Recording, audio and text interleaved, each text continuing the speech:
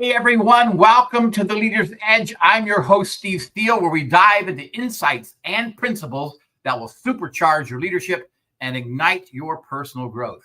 Now, whether you're a budding entrepreneur, a leader navigating change, or even a seasoned pro, this show is for you. Each episode is packed with practical strategies designed to elevate your mindset and apply your leadership impact. So get ready for actionable tips that can help put into practice immediately. And a huge shout out to all of our amazing listeners. Thank you for your unwavering support.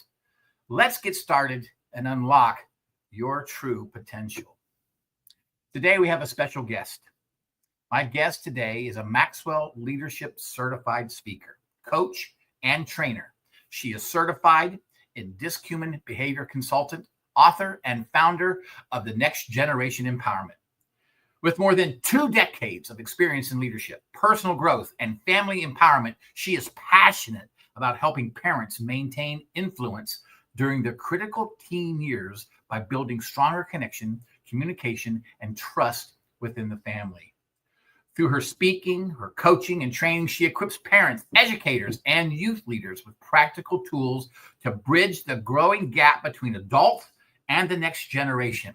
Her work has impacted families in schools and churches and organizations all across North America and Africa, helping people understand personality differences, communicate with confidence, and resolve conflict with passion. A wife of more than 2 decades and a mother of 3, including 2 young adults and a teenager, she speaks from both professional expertise and lived experience. She is the author of Practically Connected Parenting and Unlocking the Parent-Teen C.O.N.N.E.C.T Code. Her message is simple. When families choose connection over control, they build legacies that last for generations. Welcome from the green room, my friend and wonderful coach, Remi Ayodele. It's so awesome. Oh, you're here. Thank you, Steve, so much. Thank you so gosh. much. I'm happy to be here. Thank you for having me. Yes, we planned this a long time ago, and I'll tell you, it is so amazing to have you. And I've done other work on Dr. Kuko's platform and different things. We've had time that we've shared together, and I have been so excited about this show today. And just recently, it's really become more personal to me, and we'll get into that a little bit later. But I'll tell you, Coach Remi, I'm just fascinated by this book, Unlocking the Parent-Teen C.O.N.N.E.C.T Code. Wow, it's packed full of strategies. And so I want to get into that, but in a little bit. But first, before we do, let's kind of start from the beginning. I want to know where you grew up. Let's let our people know who you are, where you grew up, and a little bit what led you into this, because I know that you have a background that I think is really, really interesting. So kind of share with us a little bit how it all got started. All right. Thank you so much, Coach Steve. Thank you for having me. And to our viewers, thank you so much for joining us. So my name is Remi Ayodele, and I was born in Nigeria, West Africa, and to a family of 7 in total. So 5 children and our parents, and we're from the Yoruba tribe, western part of Nigeria as well. So that's the family I grew up in. It's a Christian home, and my parents believed so much in education. My mother is an educator, and my father also was an educator and then went into his career and went to get on his PhD. So they really promote education to all of us, the children. And, when we were teenagers, my dad used to pay us to read. So is that right? How much did you get paid? How much did you get paid? I think it depends on his mood. Depending on his mood? You have to read and review the book, though. So you can't just say I read. Yeah. So you read a book and you review it, and then you get some extra pocket money. Yeah, so, my dad did the same thing with me. But it was not books. It was cassette tapes on motivational speakers he would give me, and he would pay me to listen to Earl Nightingale and some of those old timers, and it was really awesome. But yeah, I get it. I understand. Yes, so for me, when you were talking about the career I had before what I'm doing right now, so I went on to study electrical electronics engineering, Mhm. and so that was my background. And so soon later, I got married and immigrated to United States. So my husband of more than 2 decades, we've been raising our 3 children. So that transition was a culture shock on its own. We've been able to adjust and adapt. And the reality of it is that my motivation actually came one from raising my own children to Yeah, right. transition into this new career because one, we were navigating a new culture. So I I wanted was to going to be say, present. I was going to Yes. say that coming from Africa, the culture is so much different than when you are catapulted into the United States. I mean, can you tell us what some of those major culture differences are that you Well, saw when you were saying, "Oh, we're going to have to make a change here"? yes. So first of all, in Nigeria, growing up, you had a community that surrounded you, that helped you raise children, that you did life together. And this is hindsight now looking, and that's a communal environment and culture. But America at large is more of an individualistic culture. So that one alone helped me see that I really need to be present at home. I couldn't just give my children over to the education system and call it a day. And Hmm. so it helped me to be very hands on. And because I didn't have a community here, I started building my own community. I started by reading books on parenting, and then I joined women's group. I remember one was a very multicultural group. There was a woman from Germany, another from Austria, another is an African American, one other one. So from her parents are from half Filipino and half African American. So we had this multicultural conversation going on, helping each other raise our children. So that was very helpful in the formative years of my children.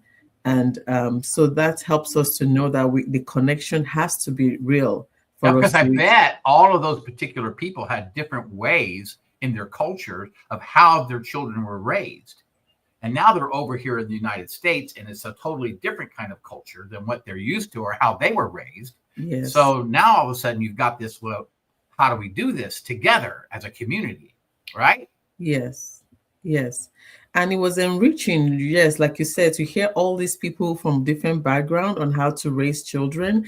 And one other thing that, just stood out to me is they would talk about teenage years as if it's a it's a year to watch out for, as if and Oh, so for yeah. me, I'm like, what is it? I mean, so they started talking about because I'm from Nigeria, so I don't hear this type of Yeah, language. you didn't expect that. I mean, that was something you didn't No, have there so much. Right. no, they would say like terrible twos.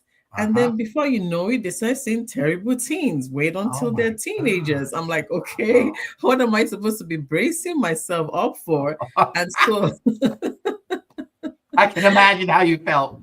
Yeah. Ye- yeah, so that sent me reading a lot.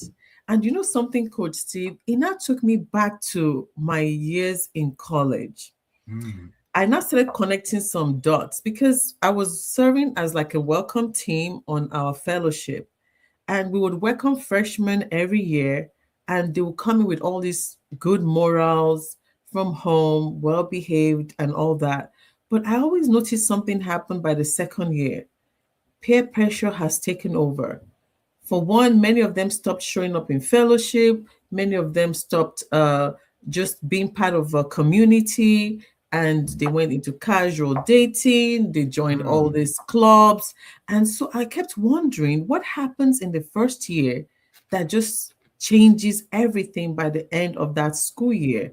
And for me, that dot I started to connect was maybe as parents, we must allow our children to own those family values before they leave home so that at the first taste of freedom, they don't just throw it away as if, oh, that's my mom's thing or my dad's thing.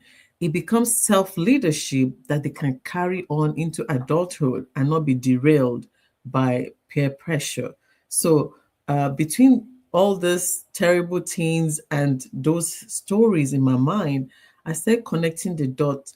And that's why I transitioned into what I do, that we have a window of opportunity of direct parenting that we must harness as parents to pass on these values, virtues to our children to become their own so that they can use it to lead themselves in the future. Coach Remi, I have heard that there are certain set, and I think you even mentioned a few things in your book, but certain levels, like between 1 and 2 or 2 and 3, 4, by the age 7, they've got a lot of the programming that's already in them. And that is there certain ages that teens or children go through as they're growing? Can you tell us what some of those are?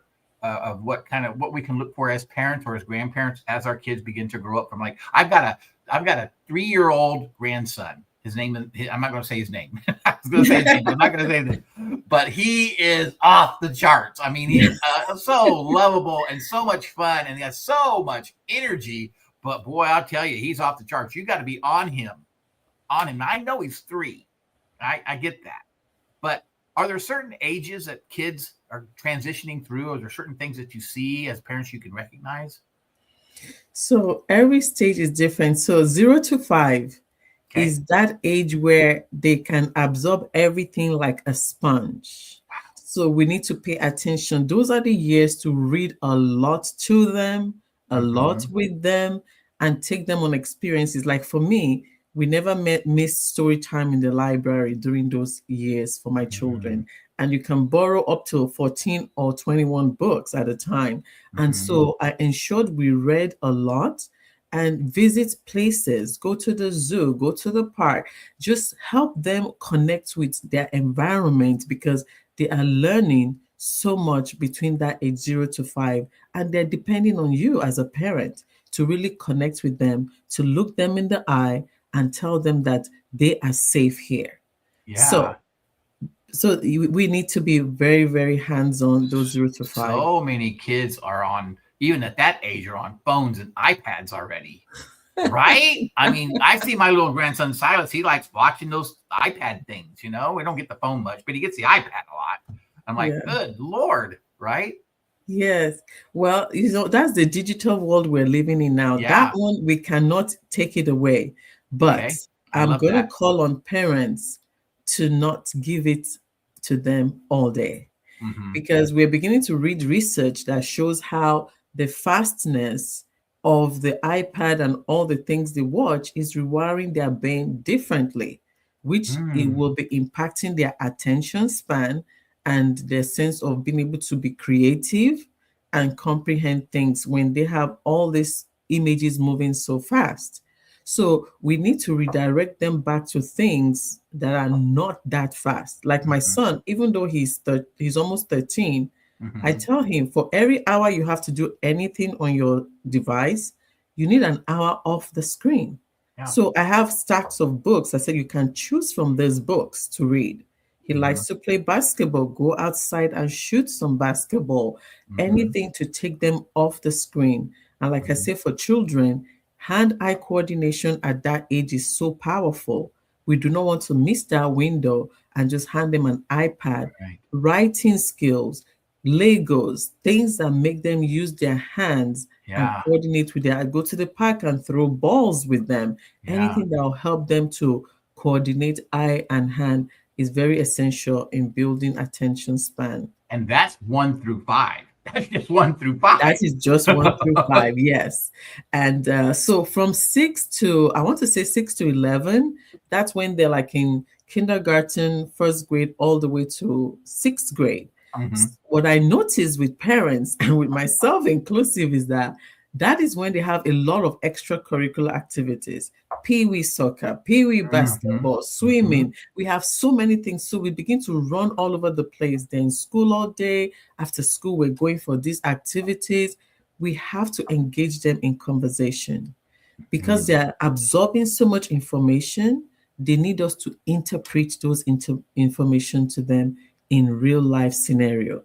So if they watch all these shows, then we have to tell them how it actually happens in real life. That's why some of those old shows that tells kids how a family dynamic works is more beneficial than one that just entertains them Yeah. on end. Andy Griffith, those kind of shows. I mean, what is that one on the prairie? I forgot what it was. Little House on the Prairie. I mean, those kind of shows, right? Yes, those kind of shows. I know they're old school. In fact, I like Caillou too, because it tells him, he shows emotions, he shows what he's going through and things like that. I also like Berenstain Bears. It tells them navigating peer pressure, auditioning for sports. So the real life things that happen that families can actually talk about, not some abstract things that does not happen in real life. So because real life things help them build that vocabulary, relationship skills, dynamics within their peers as well as with their family members. Yeah, so that's age just 6 through 11. Now what happens after that? Okay, so up till this age 0 to 11, they still look up to you, they still trust you, they still depend on you. But once puberty hits, new world. Now they have a mind of their own because their brain is beginning to grow at an astronomical age. Now they want to test everything that you're giving to them. So guess what? That is the time to move your hat from being the one that is telling them what to do to begin to become a coach, guiding them in what to do and helping them navigate all the lessons you have been teaching them. And that's where we get into unlocking the Parent-Teen C.O.N.N.E.C.T Code, right? Yes. Wow, that is amazing. So I want everybody to take a look at the book. I'm going to put it up here on the screen real quick. You can get this on Amazon. Is that right? Yes. You get it on Amazon, and it's Unlocking the Parent-Teen C.O.N.N.E.C.T Code. And I think it says 7 keys to building lasting legacy. So lock onto this book, guys. Lock onto this book. I think you'd really, really enjoy it. So, Coach Remi, we're going to get into the book a little bit more because I know you have a lot of, I don't know what you're going to bring, but I know what you're going to bring is going to be freaking awesome because I've read some of your book, and I'm telling you what, there's a lot of amazing things in there. But before we do that, we're going to take a quick break. And when we return, we'll jump into Unlocking the Parent-Teen Code with Remi Ayodele. We'll be right back to the Leader's Edge.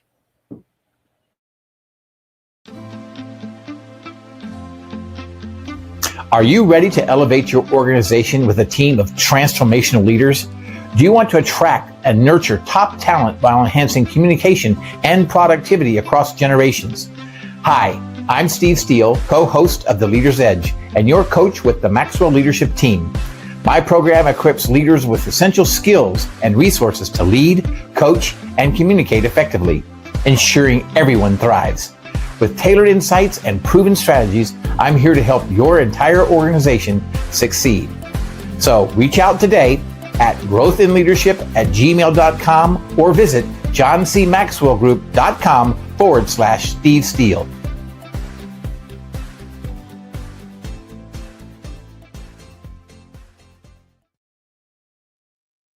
Hey everyone, welcome back to the Leader's Edge. I'm Steve Steele, your host, with our special guest today, Coach Remi Ayodele. Coach Remi, thank you for that beautiful first segment. I really loved how you talked us through some of the stages of young people, children, all the way up to I think you said middle school. I mean, all the way up to middle school, which would be in the 6th to 7th grade. Is there anything after that you want? I mean, after you get to age 11, what happens then?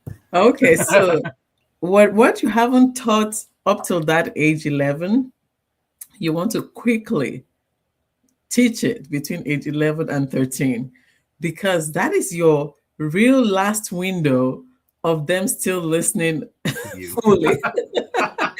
Because that is middle school. So they still listen. If you want to have training with them, they will still pay attention. It will still be you coaching, mentoring them. Because once they hit high school, age 14, late 13, 14, there's a whole new world that they're navigating. Now they begin to think about, what will I do with my life? Who am I? Where do Oh, I yeah. belong? What difference can I make? So there's this going on in their brain. And because now it counts down to graduation, believe you, believe you Mm, or not. So they have a whole dynamics they are dealing with that becoming a mentor to them mhm. means you have to earn their trust because now they begin to test which adult is trustworthy, which adult has my back. Even if you're their So, parent, they want to know that they're safe with you in emotionally and intellectually so as what well. you're saying to me is you're a teen is watching you and making judgments of how every adult in their life, not just your parents, but every adult in their life, they're making judgments on how that adult will respond to them or how they can make a connection with them. But they don't think connection, do they? Or do They're they? not thinking connection, they're thinking trust. Trust. Can I trust you with my emotions? Can I trust you when I Wow. fail? Do you judge me or do you give me grace? Do you, because this is what I'm noticing with my coaching with families Hmm. is that parents, as many of us are so concerned about our children behaving well, which is rightly so, but it makes us always want to control the situation, correct the behavior, make them line up, behave well. I'll tell you a story. So Yes. one day from my son, he had homework to do. He told me, "Wow, mom, I'm done with my homework." So that night he went to youth group. He forgot there were two English homework. So by morning, he woke up early, 6 a.m. for basketball practice. And then by the time he came back, getting ready for school, he suddenly realized he had two English homework due. So what would I do as a parent? I also had an appointment right that morning. So you can imagine the tension in Hmm. not getting him to school on time, and I don't want to be late for my own appointment. So the first thing I did was what we parents always do, that discipline. Why did you forget your homework? You should be more responsible. Oh my goodness. Yes. Yes. Yes. I think we And all would do that. Yeah. that is when, I realized that was the wrong road. He's Mhm. already under stress. I'm already getting almost late. That was a coaching moment, not a controlling moment. And so I dropped him off at Oh, school. I went to my appointment. It was later thinking through, and that is what I share in my book. Observe what's beneath the iceberg. Because most times we parents, we're responding not just to the situation our children are in, we're responding to our own personal pressure as well. If I didn't have an appointment to be at, I would not be under that pressure. And you know that we all have somewhere to be every morning. So there's the tendency for us to be on the edge every morning if we do not look beneath the iceberg and see, wait a minute, this is not just about my child, it's about my own emotional situation or the challenges of my job, financial stress. It can be anything else that is going on with you as a parent, not just with the child. So that is why just that thinking through helped me to reset. And that's the second key in the connect, the O yeah. part that says Oh, part. Yeah. observe what's beneath the iceberg so that we are not just controlling the situation. Because if we keep controlling the situation, we're only going to raise compliant kids, not confident Oh my leaders. gosh, that's brilliant. That's brilliant. I love that. We're going to raise compliant kids, not Confident confident. leaders. Oh my God, that is amazing. Because I could be, if I really am honest with you, I look back at raising my kids. I think I could. I tried to raise compliant kids. Now I was very fortunate. My son turned out to be good men, and God was with them. And I had must have done some things right. But I will tell you, I look back and I'm thinking I was more compliant than I was confident building. Oh my gosh, coach. I mean, that's amazing. That's amazing. Below the iceberg. Wow. Yeah. So Mhm. the other thing is, so for going back to what teenagers are experiencing, they are trying to build trust so they can connect with you as their parent, so that whatever happens out there in the world, they have a trusted person to come and talk to. And if we're not paying attention, the disconnection can happen so easily. For example, this analogy also helped me explain this point. We were on vacation one time in London, and the underground trains. So we had just arrived at the stop. We were going to be visiting the Buckingham Palace that day, and so my older daughter was out. I was out with my son, and I looked back. My other daughter was still in the train. The issue is the train door just shut. And yes, my face and I screamed. I was praying and screaming at the same time, and miraculously the door opened. I lunged forward and pulled her out and squeezed her so tight, and that disconnection was very scary.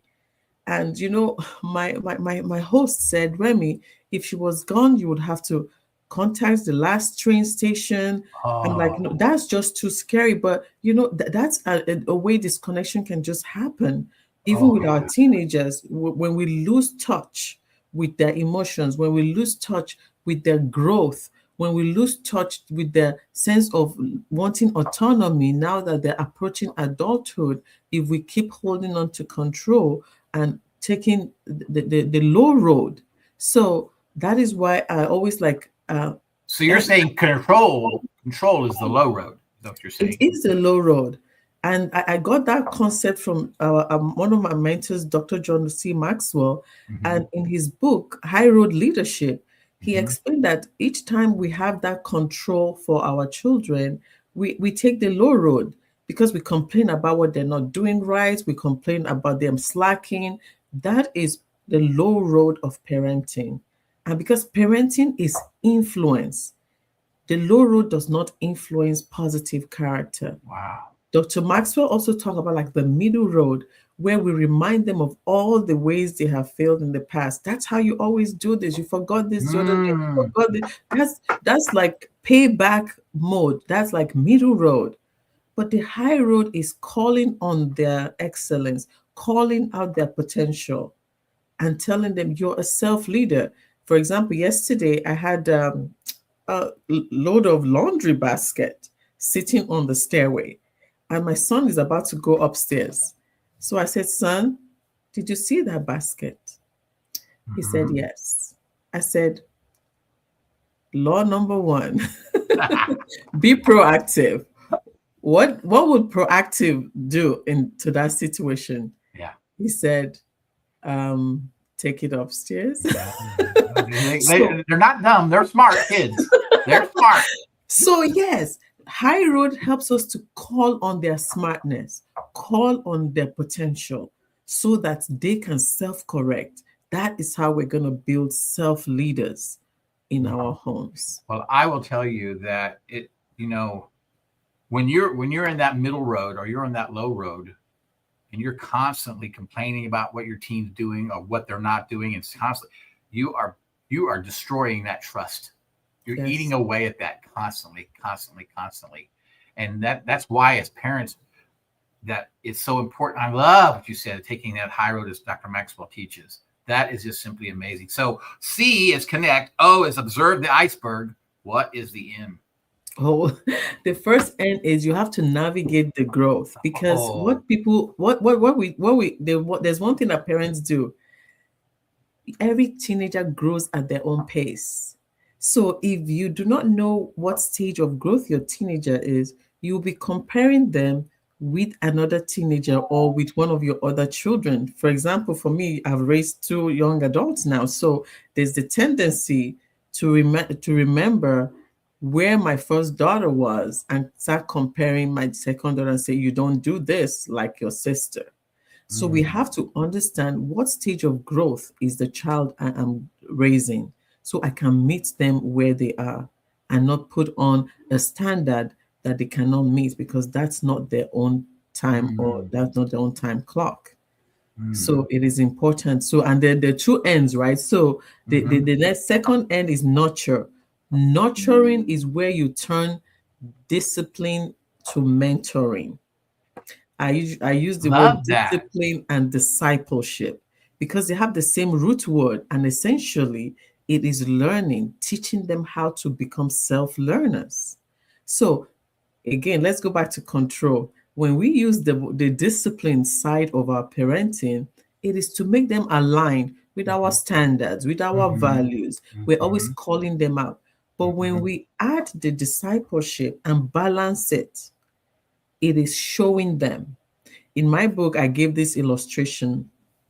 It's like the difference between a referee and a coach. So my husband, he used to play soccer back home in Nigeria. And so you know how the referees are. They're always blowing whistle for a foul and giving out green cards. That is what we can do as parents if all we do is that discipline we keep whipping out. But I played tennis when I was growing up. That's what my coach does. When I don't get the forehand well, he comes and adjusts my hand so I can get a good swing on my forehand. A coach will always come and readjust for you so you can get the right swing. So that's how parents, if you want to just do the discipline part, you're always going to be a referee. But if you want to be a coach, you have to learn how to redirect and help them actually master the skill you're trying to teach them. Coach Remi, discipline versus discipleship. If you have a child that's over-disciplined, what are you looking at in that child? Two things will happen. They would resent it all the way. Yeah. Because they will not feel they can do anything right. Will they shut down? They will shut down, and honestly, you lose the window of connection to actually even now teach them what you want to teach them. So I usually, there's a story, I'm bringing out so many, so there's a story. I love it. Stories are there's great. a story I have in my book. When I was growing up, when I was in college, we didn't have cell phones back then. And so to talk to my mom, I have to go to this rotary phone where you have to dial and then you have this sound going on. And sometimes the line will cut off even before I even come on. So I have to keep trying. And even in today's technology, because she lives in Nigeria, I use WhatsApp. I know many people use WhatsApp. I use it. Yeah. But there's something that happens in WhatsApp in the house. The reception is poor in one place and better in another place. So she has to look for the right location at home. So sometimes she didn't even hear half of the things I'm saying. Right. Because it starts saying reconnecting, right? So I just cut that line off, and there's a line that I pay called Vonage. That one I can call her and I have no disconnection. So this is the cost of trying to use discipline all the time. All you can start getting is reconnection. They're not even hearing what you're saying. That you're trying to reconnect. But when you pay the price of discipleship, now you can talk to them without any break in communication, and they're more open to listen. Can you disciple them too much? You can't disciple them too much. But again, you don't want the pendulum to swing only to that side. You want a balance. You want a balance. I love that. And that's sometimes difficult to know what that balance is. Can you give us any type of recommendation of what true balance looks like? I mean, how would I know if I'm in balance? So one thing, that is where I use the human behavior to come in, and whenever I'm working with my own children or with my clients, because when you know the child, you will know how to balance discipleship with discipline. For example, if you have a dominant child, you know that child needs control and that child needs choices. So the discipline is put the guardrails there. The discipleship is give them options within your guardrails. So that is how you achieve balance with that child. I love it. So we have connect, observe the iceberg, navigate growth, nurture, and then we have the E. What is the E? E is embrace the differences in culture. Culture. Okay. In culture, yes. You know why this is so important? Because teenagers have a different culture from adults. So The teen culture. the teen culture. I got you. Okay. So you cannot say this is how it was done when I was growing up. So it must be done. How many times did I hear that growing up? So you have to tune into their own culture as well and understand how to navigate it. For example, music culture. When my son said he wanted rap music, I knew that rap music, most of them you don't even hear what they're saying. So I had to help him find a rapper that had values that I wanted him to emulate. So instead of just shutting it up and say this rap music is bad, find the one that actually would emulate the values you want to imbibe in your child, so that you don't just dismiss it. You're a present and engaged parent. So that's teen culture. But when it comes to those of us that are multicultural, again, when you're raising children overseas, in diaspora, as an immigrant, you have to tune into the culture your child is living in. It's different from the culture you were raised in. So those children are the third culture kids who have to navigate your culture as a parent and the culture you're raising them in. So you have to raise them with grace and help them embrace the two worlds they have to live in daily. Well, Coach Remi, we have about a minute and a half here. Can we get to the next C real quick? Oh, we have to close the generational gap. So don't tell. Yeah, that's the one you want to really pay attention to, because I'm a Gen X and I'm raising Gen Z. So that generational gap, you have to take the strength from each generation and blend it together in order to have trust in the family. Okay, well, I think I want to come back to that a little bit. So I think we're going to take a quick commercial break, because I think I want to come back to the generational gap, and I want to talk about that. And I want to also talk about the last T. And then I really want to talk about what you call in your book, the secret language of connection. I want to talk about that as well. So we'll be back to the Leader's Edge in just a few minutes. So give me a couple, actually, probably about 30 seconds or so. We'll get back to Coach Remi Ayodele.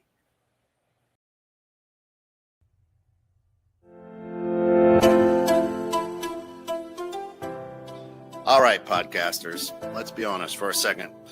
If your show sounds like it was recorded inside of a tin can, in your cousin's basement, in a van down by the river with your dog barking in the background, it's time for an upgrade. That's where 216 Creator Studios comes in, the home of real production, real people who actually know what all those shiny buttons do. They've got pro mics, top-tier editing, and lighting that makes everyone look like they slept 8 hours, even if you didn't. Whether you're just starting out or you've been podcasting since people were still saying, smash that like button, give me a thumbs up. 216 Creator Studio helps you sound crisp, confident, and ready for the big leagues. So stop recording in your car, stop arguing with your USB mic, and get into 216 Creator Studios, where your podcast finally sounds as good as you think it does.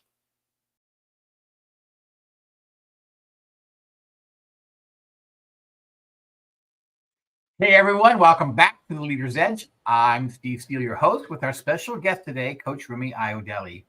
Coach Remi, we talked about, in that last segment, about the 7 different, actually, we didn't get to all of them yet. We're going to get to 2 more. But we talked about the C in connection, which meant connect, right? The O is observe the iceberg. And I love that, because the iceberg is so much underneath that.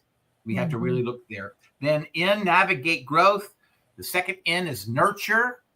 And the E is embrace differences. And you were talking about cultural differences, right? Yes. Because our teens have different culture than we do as adults. Yes. I get that. I really do. Because it's 2 different worlds. It really is 2 different worlds. And then we talked about the next C, which is close the gap. Can we talk about that a little bit more? Because you said that you were raising a Gen Z and you are a Gen X. Gen X. Gen X. Tell us a little bit, because I've got some, my family, I got the same thing going on. I've got some alphas in my family, actually. So, talk to us about closing that gap. So if you're going to close that gap, the quickest and easiest way is to not see any generation as a deficit, to constantly look for the strength that they bring to the conversation. I'll tell you, even though my background is electrical engineering, but it's different from navigating the technology that is being used today. So one of those days was my daughter always helped me when I go for a conference, and this particular year she was not home, and I had to connect my devices, have the overhead. I was training, it was a youth conference, and I arrived there and there was no tech support. I did all I could and I couldn't figure it out. I had to FaceTime her from school to help me figure this thing out before the students arrived in. So that's Gen X, they're digital natives. Gen Z, they're digital natives. Oh, it You know, is. so they can help you figure things out quickly. So as parents, whatever is the difference we have between the next generation, let's begin to look for the strengths that we can bring together so we can maximize it. That way, we will not be so focused on the differences that causes the conflict between each one of us. So, And that goes for really any generation, because Coach Remi, I'm even further back generation than even you are. You know, I'm way back there. I'm a baby boomer, right? So I've got little grandsons that are 7 years old and that are 3 years old, and so I can tell immediately. My little grandson the other day, he's got a channel on YouTube. He's 7. He's got his own channel, and he wanted me to join and subscribe.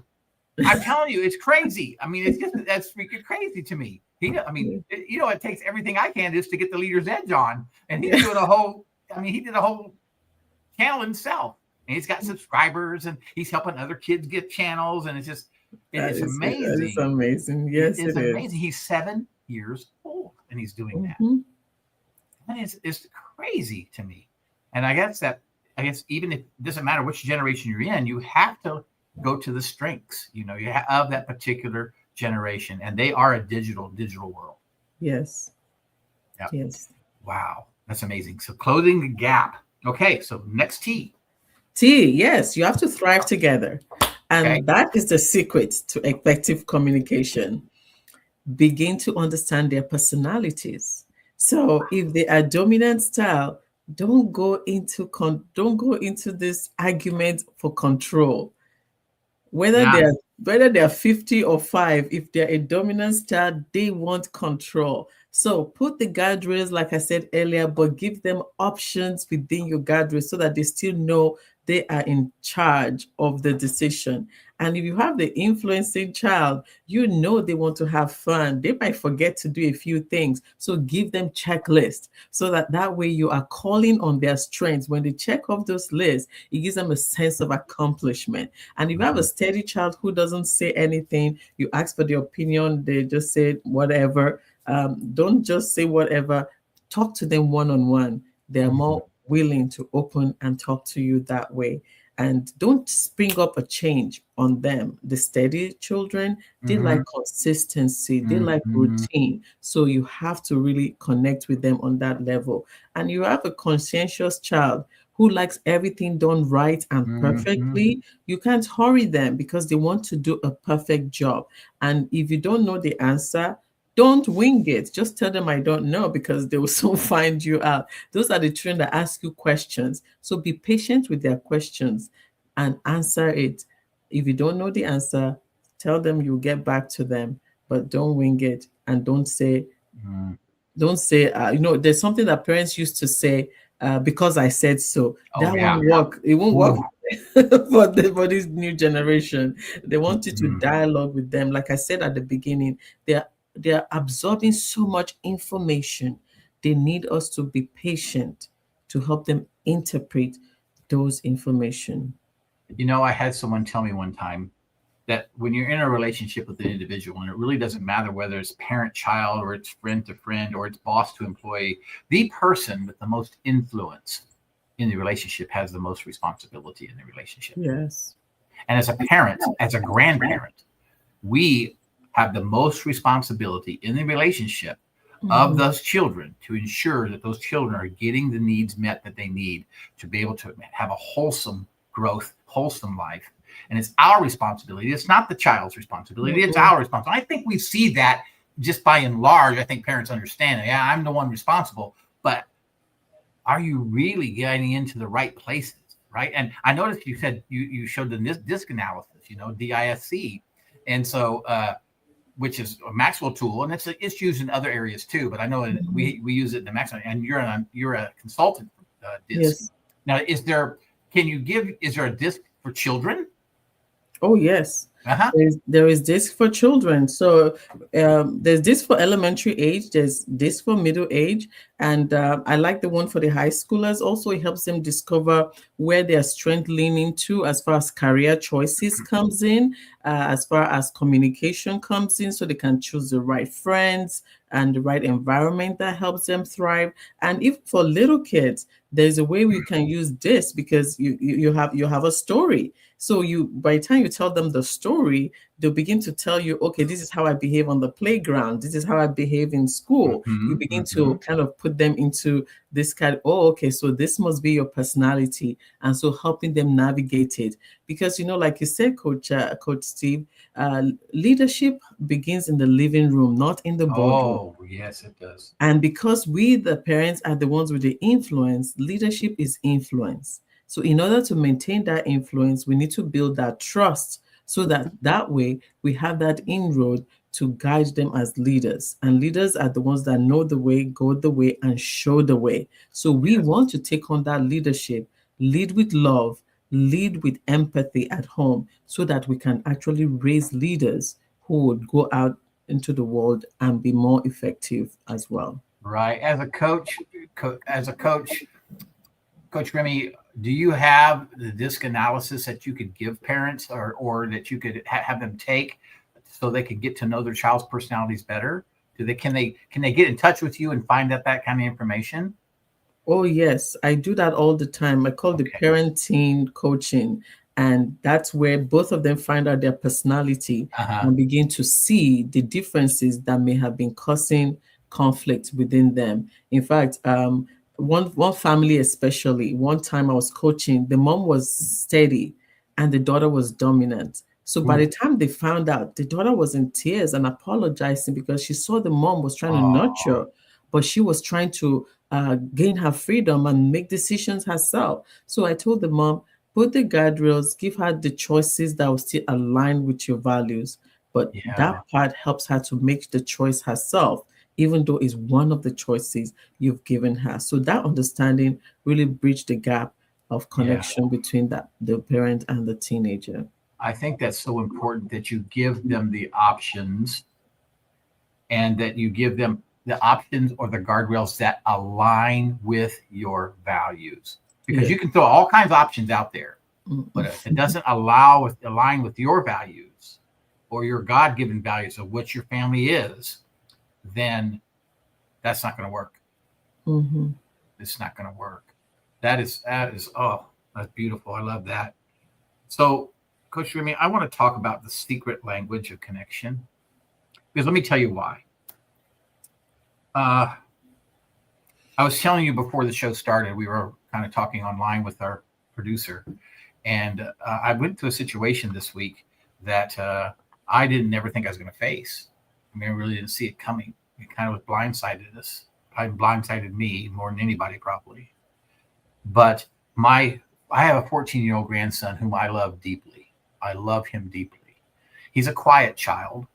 He is not one that's, he plays a lot of sports and loves sports, but he's quiet. He's not one that voices his opinion, but he will at times when he gets frustrated, he'll act out some things, but as most children do, but we were faced with a situation that was a life-changing thing that catapulted something that I never really ever thought would happen. And that is that we were called to the hospital on Tuesday, and at 14 years old, my grandson lost his mother. And it was a hard thing to watch him go through. Now, I've lost family members. I lost a brother a few weeks ago. So I know what it feels like. I understand the feeling behind that loss. But to watch my grandson at 14 years old go through this and to see the bravery and the courage that he had in front of the family as she passed on, he was holding her hand.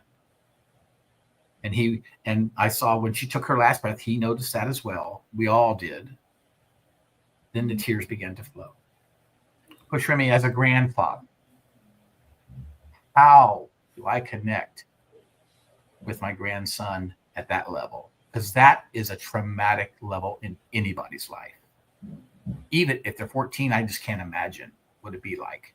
I mean, if you think about your own situation, you have a 13-year-old, right? Mhm. How would you relate to them? Mhm. How do you make that? What is that language of connection that you need? Mhm. Coach Steve, I'm so sorry to hear that. It's not something we are ever prepared for. And the 14-year-old, that is very heartbreaking at an age where he really needs his mom. Yeah. And so I'm sorry for that loss. And I pray for comfort for the Mm-hmm. family. Mm-hmm. To start connecting to that child. Okay. You just told me he's quiet. Yeah. So he must have a steady style. Mm-hmm. I believe you're right. You said he plays sports. Mm-hmm. So he must have some determination in him as He well. does. He has a tremendous amount of determination. So already he has that. When you notice disc, he crosses that line, the D and the S right here. Mm-hmm. And so the first way to start connecting with him is time. It's my first book, Practically Connected Yes. Parenting. Yes. Here I Yes. give you 21 ways to build that connection, to create timeless memories in the teen years. Yes. You begin to set dates with him, cook together, take a ride. Sometimes he will say nothing, just be there. Just be there. Take a walk. Mm-hmm. Side by side is best for teenagers Mm-hmm. because sometimes they can't handle face to face because Mm-hmm. of the adult versus teenager Sure. authority situation. I never thought of that before. That is so true. Side by Yes, side. Yeah. side by side. So taking a walk in nature helps Mm-hmm. him to just absorb the beauty of the environment, Mm-hmm. and cooking together will help him to just explore new recipes. Maybe his mom used to cook. That would Mm-hmm. help him to take on that role, something that would remind him of time together with her. Mm-hmm.